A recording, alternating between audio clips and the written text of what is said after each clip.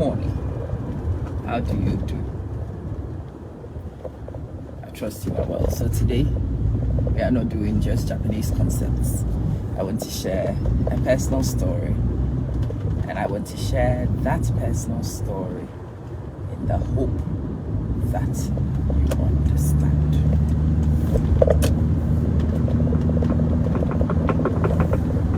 Nothing is a mistake. Nothing is an accident. Everything is for a purpose. And eventually, when the time is right, when the final lines go in, you see it clearly on the wall. So, a long time ago, I had my life mapped out, because I always do. I always had my life mapped out, always. I knew which university I wanted to go to. The university I chose to go to had my friends all going. The things that were important to me were important to my friends, and we were going to this particular university. Okay.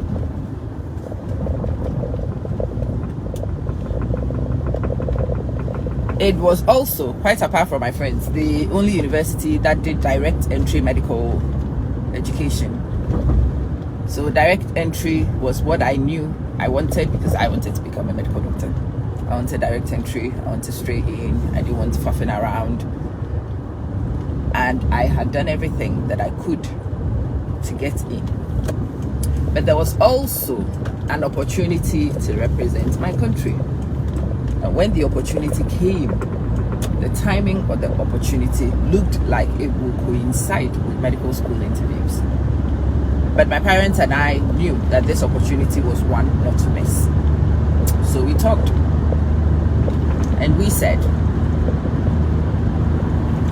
that I could go, and if the interview call-ups came, they would let me know. I will find the first flight down and come and do this. Well, it wasn't like today. There were no email systems and whatnot, and for some reason it would have been phone calls. My parents would have heard, and my parents would have called all the people who were on this program. Graham Piva, may God bless his soul, he just recently passed. They were all on standby for my parents to call when this happened. Well, funnily enough, my parents never heard. By the time my parents heard, the interviews had happened. The call for interview was not found until much later on. My actual call was not seen. Anyway, long story short, medical school interviews came, medical school interviews went. Remember, the calling on my head was for me to be a doctor, and it was known by everybody from the beginning. Some of my neighbors even called me doctor.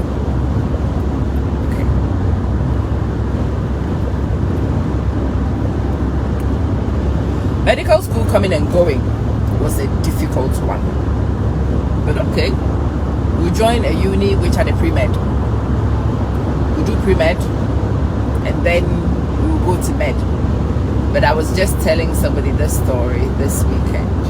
Even at the time when the pre-med thing came up, I cried, because I knew that there had to be a reason why this didn't work out.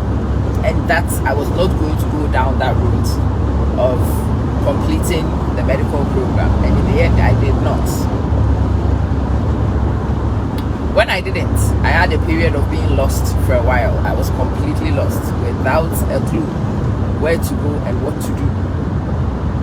And in those episodes, you really feel that there is no direction. Everything is haphazard. Lots of mistakes are made. Not true. Not true in the grand scheme. So I tell you now that I'm a triple specialist teacher. One of the things that people will tell you about that is distinguished in my career is my subject knowledge. My subject knowledge is top notch. My subject knowledge is diverse, it's wide, and it's deep. I know the 3 subjects like the back of my hand. comes from this episode when I was lost. When I was lost with no way home, the sensible strategy was to go broad. So I picked a bit of this, a bit of that, a bit of that, wanted to spread because I did not know which direction I was going to go in. Food science was attractive, so I thought, okay, fine, I'll do food science. When I went, food science was full, couldn't get on. Yeah, traditional biochemistry. Yeah, we major in biochemistry. Well, by the time I got there, the last person to make it on biochem was one in front of me. The last person who made it on the biochem course was in front of me. And when the spot was filled, the person who was enrolling showed me, girl, look, I'm not kidding, look. And I said, one more. The person said they couldn't. All the good things I wanted to do as second options, the ones that would have made sense, didn't check out. And so, without really having one thing that I wanted to do, that I felt inspired to do, I did the only thing that seemed remotely possible. I realized that I'd have to do graduate study in order to specialize. So I thought, I may go back to biochem, so let's pick some biochem modules. But we can't ignore physics, so let's do some physics. Let's even add some agriculture, and it's one of the reasons why sustainable development and the rest, I picked them from the agric departments, but they were sustainable, the beginnings of sustainable development and the rest of it. Selected those modules randomly and I did them. And every time I did these courses, I bemoaned because they were leading nowhere. They were leading nowhere. They were just foundations of what will become later. Well, as I tell you now, when I talk to people and they understand, when people see me teach the various subjects across the sciences, I even took further math courses. I did math because, again, I wasn't sure, so I was taking them all. So the sciences and math, I can teach them all very competently, very, very competently. You see now, what was a mistake in my youth is what distinguishes me now. The courses I was choosing because I did not know what to do, and to me, I was just making do.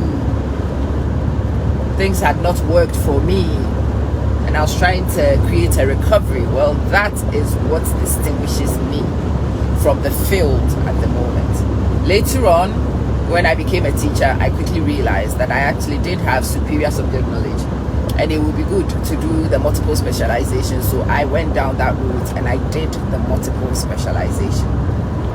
I did, which was amazing. Amazing. And now, incredible for my career. Put that to one side. Let's go back to medical school and the life plan I had. By the time I was getting ready to go to university, and one of the reasons why that university also appealed to me was because there was a boy I liked and he was at this university. So going to this university, to have gone to do my medical program, to have gone to connect with my friends and connect with who I thought was my one, didn't work out. And actually a lot of the writing was on the wall at the time around my link with this particular person. Also, proximity was a challenge, and because proximity was a challenge, and I'm determined, I'm crazy, me, no, we don't give up easily. We will try everything. We hang on for quite a while, but as I said, the writing was on the wall. Not for me. I have had to tell somebody, and I was explaining this to this person. Said, but what happened? The truth of the matter is that person was not for me, and I was not for them. And it's not just university which convinced me that it was not for me. So This person was also in England and decided did not want to be in England anymore, wanted to go the American route. And in fact, at the time initially, I thought that I would also up stakes and go America. I was willing to go to America. At this point, I was very well traveled because, as I said, I got the opportunity to get on the circuit quite early, and I had taken as much of those opportunities as possible. I was well traveled. Being able to get permissions to go places was not a difficulty, except the permissions to go live in America just refused to permission. The permission to go live in America just refused to permission. And I tried so many times, tried with so many different routes. I even considered going to America as a student. And for some reason, the graduate student funding that I thought that I should get, I wrote the GRE. You will not believe it, the foolishness that was done. Because that's me. When I mean, we're going to give it everything. I tried. But then again, at some point, the writing was on the wall and I had to read it. It just was not going to happen. Now, thinking back to all those events. Oh, and the final bit to add. The Plan B University. Well, that's where my husband was waiting for me. I didn't know. Even when I met him in the Plan B University, we were in a group of friends. We became very good friends. We had an amazing time. So what should have been a depressing period in my life? All my friends had gone another place. At that time, if you wanted to keep in touch with people, you had to call them. And not many of my friends even had mobile phones at that time. And even those who had mobile phones, I had a mobile phone, but boy, buying credit and calling people when you were a student, oh, how often could you call people? My very, very best friend from secondary school, who I could not imagine not spending every minute available in life with. This friend of mine was not even in my dormitory in secondary school, but managed to find ways to engineer to come be in my dormitory. It just played in our hands. They were changing my dormitory to one with bigger space, and she moved into my dormitory. That's how close we were. But because we went to different universities, because we went our separate ways, that was one of the first things that I found very, very marked around this life and separation. My friend went to a different place. My friend made new friends. My friend was living a separate life from me. I tried. I would go there and visit their university every now and again, but it would be at particular times. Like I had studies to do also. And in the school holidays, I'll be back in England, so it got tricky.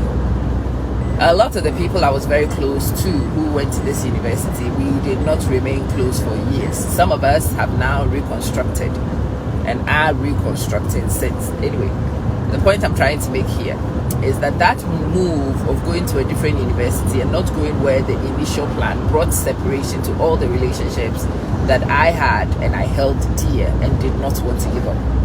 The life that I had constructed in my mind fell apart because of this distance. It did. The things I wanted to do, where the city was amazing. My favorite cousin lived in that city, and so going to that city, I would have had family support. I mean, it made sense in every single sense for me to go to that uni. And when medical school didn't happen, actually, one of the options was to change my course and go do something else. And something else at that university did not appeal to me. It was not for me. And what I went to pursue in this second university was also not for me. Anyway, if you listen to the story carefully, at that time it was not for me was the thing. Not working out was the thing in my my life. I finished university. I had a degree which had many elements, but didn't know what I was going to do. So I actually did go into customer services after university. I even worked for the bank. When I brought this up, somebody was like, how the hell? Yeah, I worked for Halifax Bank of Scotland for a while. I worked for them for about 2 years. I had a bright, spanking new university degree that I didn't know what the hell I was going to do with. Yeah. And then it happened. That's the boy of my dreams, who was the one who was waiting for me at this university. We finally figured out. No, we didn't quite decide that I had met you. My heart is beating boom, boom, boom, boom. It's my husband and I had been friends, as I said. I had gone back to the reason why I coped in this new university was because of them. That group of friends rallied around me. They really did. I was not lonely. I should have been, because everything that was familiar, all the people that were important to me had been separated from me. I should have been depressed. I should have been very lonely, but I wasn't. The reason why I wasn't was because this group rallied, and they did not rally as my dates. They rallied as my friends, and they gave me a great life. The university I went to, which was my plan B, not the intended, forced me also to start looking at new friendships. It did, because all my friends were gone. And to reconstruct this new set of friendships, I was blessed to be able to select all the girls that I call my girls now, my girls, the ones that you see me with, the girls who will meet me at the edge of the universe, and I'd meet them right there, giggling, laughing. Those girls, I met them at university. They became my friends. We chose each other at university, and that's the word. We chose each other at university. We recognized each other, and those girls have been my friends till now. Listen carefully to the secondary school story and the university story. For me, I had very, very close friends, deeply rooted friendships that I didn't think would drift apart. A separation at university caused quite a major drift. The ones I met at this uni,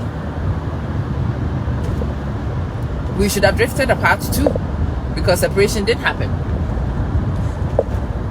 Separation did happen. When I finished university, as I said, I was lost. I was trying to find myself.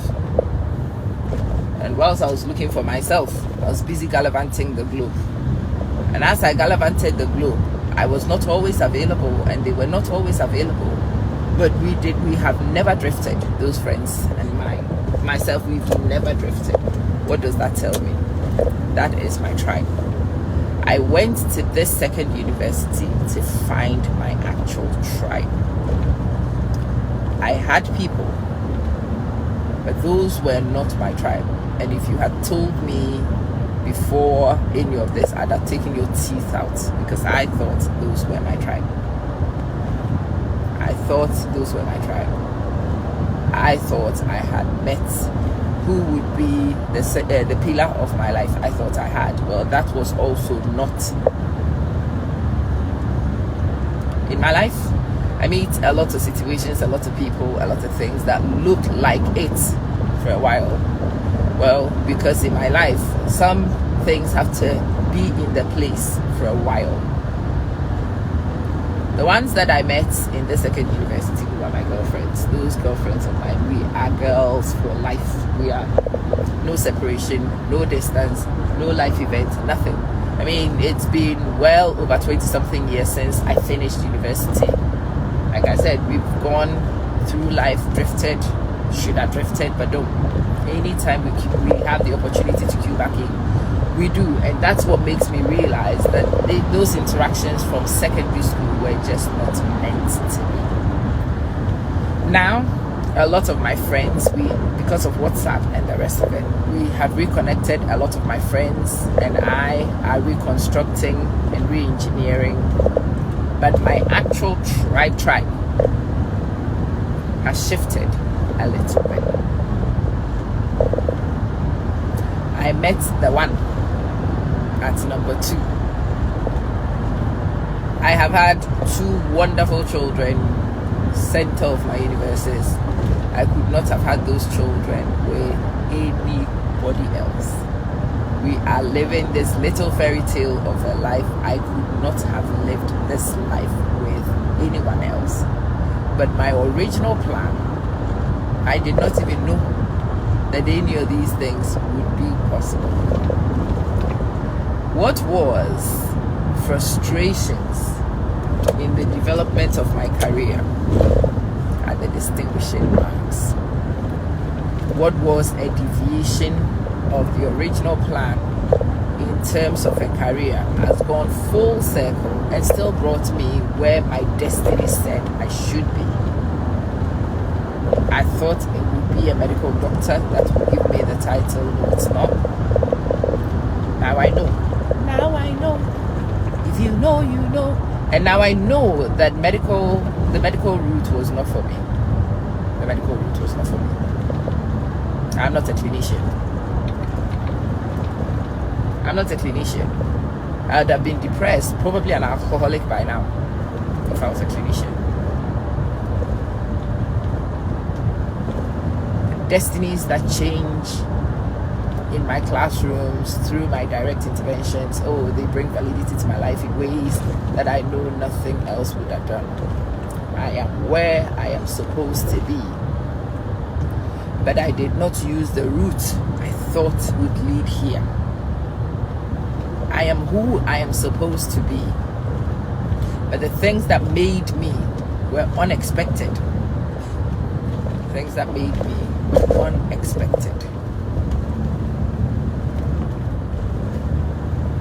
I do what I'm supposed to do.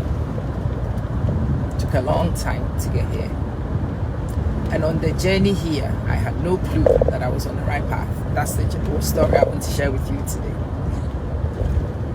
Majority of this journey, on that journey, I have felt lost so many times. I can't even describe. Most of the time, I didn't know where the hell I was going. I just knew that I have to put a foot in front of the other one and keep repeating that pattern. So I did. Now when I look back, and the Steve Jobs quote is now one of the things that replays in my mind every time I think about this. The dots don't connect looking forward, they only do looking backwards. They do. Now when I turn back, I understand exactly why I needed to go to university B and not A. When I look at the friendships that I've got, the people in my life, the ones that would take out 2 of their kidneys, kill somebody else for a 3rd one for me on standby, those people, they were waiting for me on the other side. The life I needed to live, the children I needed to have, the journey those children would take me on,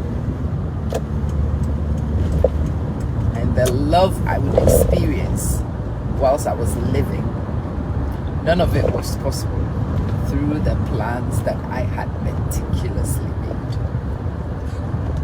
There were flaws in my plan that I did not.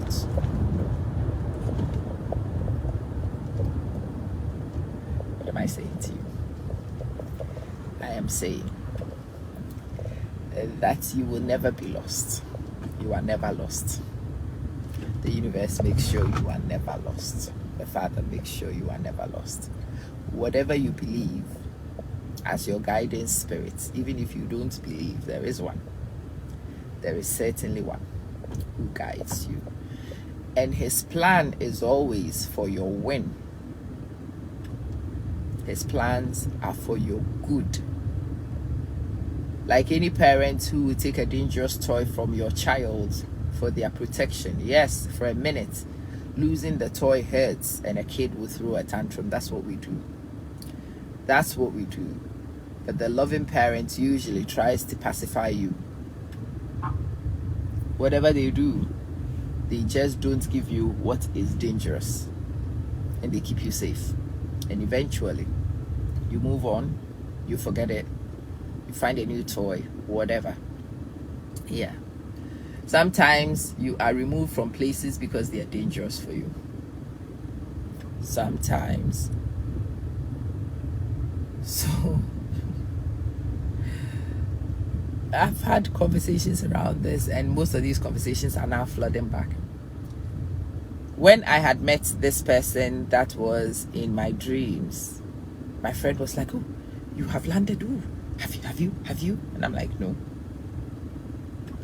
The two of you haven't? No. And after a while, my friend comes and says, "Oh, now have you?" No. What are you waiting for?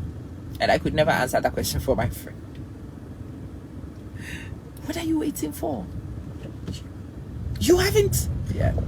Well, now I know that we didn't, because I was not theirs and they were not mine. I didn't know this for sure at the time, but there was something at the back of my mind, in my spirit, that said not to. Now, having not to, discovering that this person is not my person, it was easier to move on, wasn't it? Yeah, person was not my person. And no, I did not need to have done with somebody else's person.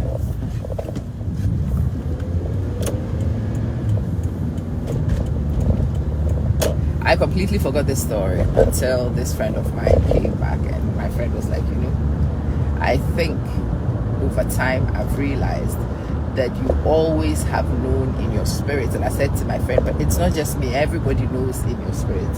Some of us are just less busy running around with the rest of the things, that you are in tune a little better. But yeah,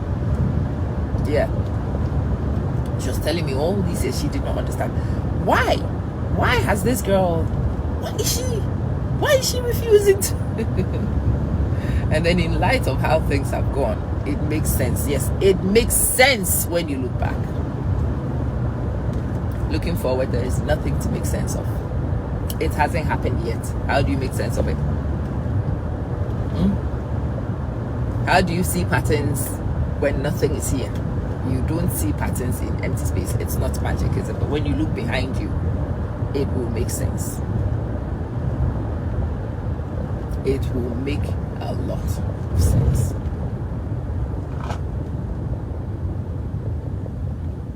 There are certain actions that are so logical that you should take with certain people, and you don't take them. We call them procrastination. Well, there's a reason why you procrastinate sometimes. You want to explore why. You don't want to settle in and become too comfortable and just let time slip. But there are reasons why sometimes you get to a point and you simply don't take the final action. Yeah. There are many times, yeah, that's true.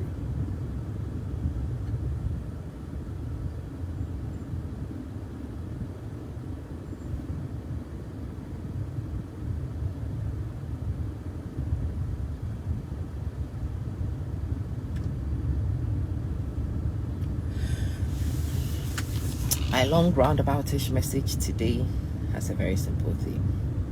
My message says it will all make sense in the end when you look back. I don't know why I can't see any of your comments today. If you've made any comments, forgive me, I do not see one of them. Okay, now finally my own comment pops. Okay. Thank you, Ruth. Thank you. Now I can see something. The screen was so... Kanko, good morning. Good morning. How you doing? Now suddenly things are popping. There was nothing happening on that screen all this time up until now. You start a business, you lose a business, you don't understand why. Don't worry, it will make sense soon. When your actual business comes and you open that new business, the experience from all these old businesses, all these old jobs, all these old relationships, all these, yeah, you will understand In hindsight, you will understand. Looking forward, you won't, because there's nothing to connect. There are no dots to connect. The dots only connect when you look in hindsight. The patterns are clear when you look behind, not ahead. So when you move in ahead, the only thing you need is faith. Just have faith and keep moving. Know that ultimately your Father would be on your side and would help you in your steps. Know that you are never alone. You are never left on your own. There's always support lurking. There are scaffolds and structures to help you. If you have that confidence to move forward and you just keep going, what will be will be. The difference is your lived experience is less turbulent. It's less turbulent. It's less painful. In the faith that it would be well, it is easier to take the actions you need in the interim.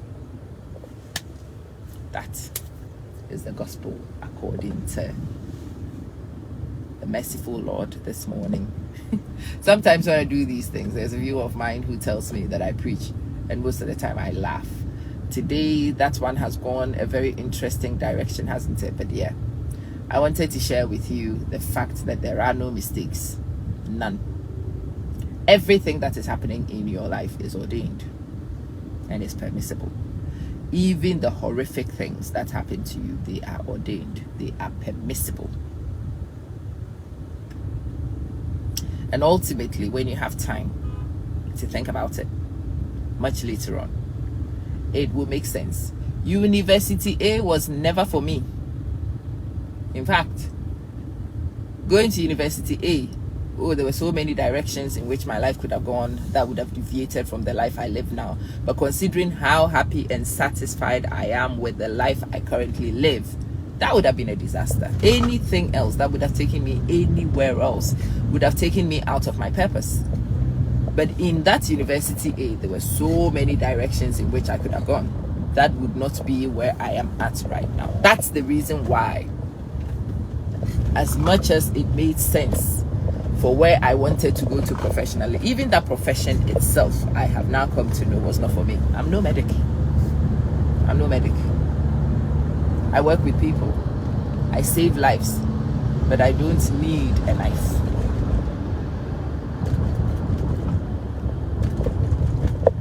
I finally figured out that I am no medic, because initially when I was thinking of medicine, I was actually thinking of doing gynecology. The thought of being in other people's ovaries.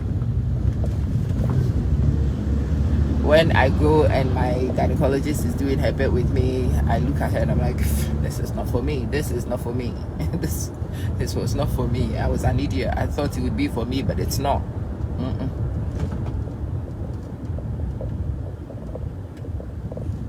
Now in hindsight, I know it was not for me. At the time, I thought it was for me, and the fact that it wasn't happening for me broke my heart. I cried tears that I didn't need to cry. That's what I mean. Understanding should stop you from crying unnecessary tears.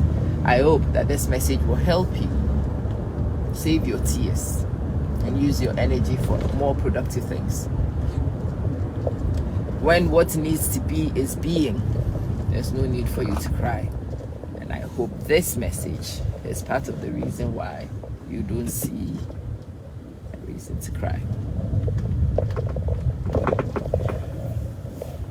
I hope and pray that your journey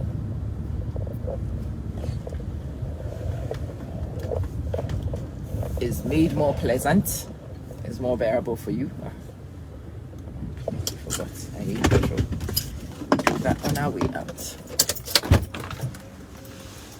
May the good Lord be with you, and I shall see you in a bit.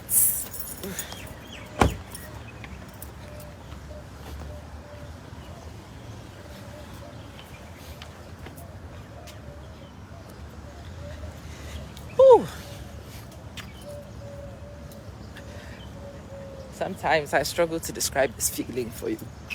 when a message weighs on your spirit, it's heavy. When I finally managed to punch the message out, and I have got the exact message I needed to punch, I wish I could explain to you that feeling. That feeling is awesome. It feels phenomenal. I'm going in, so I'll see you guys when it's done.